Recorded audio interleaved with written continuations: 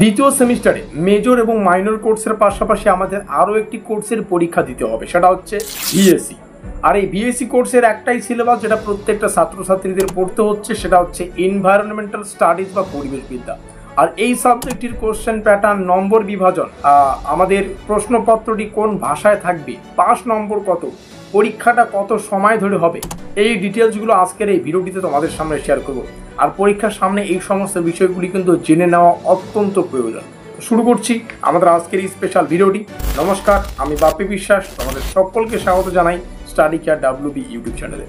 প্রথমেই আমরা আলোচনা করব এই বিএসসি কোর্সের সিলেবাসটা আলোচনা করলাম, যেটা সবাইকে পড়তে হচ্ছে এনভায়রনমেন্টাল স্টাডিজ বা পরিবেশবিদ্যা।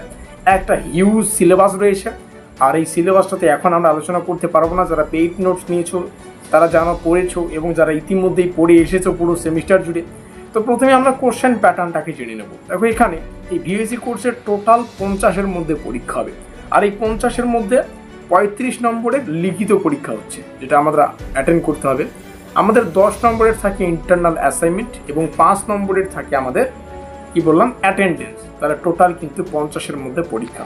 আর 35-এর মধ্যে যে লিখিত পরীক্ষাটা অ্যাটেন্ড করবো, এখানে প্রত্যেকটা প্রশ্নই MCQ করা থাকবে। মানে একটা প্রশ্ন, তার 4টা অপশন থাকবে, সেই 4টা অপশনের মধ্যে সঠিক অপশনটা আমাদের ক্লিক করতে হচ্ছে।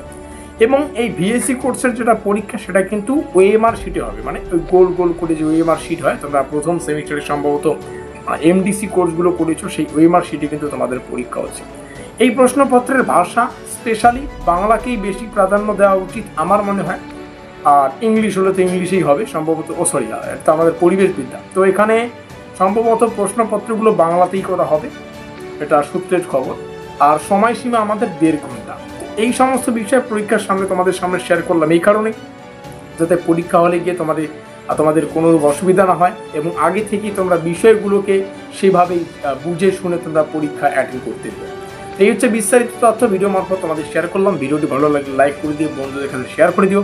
আমাদের আজকের এই স্পেশাল ভিডিওটি এই পর্যন্ত।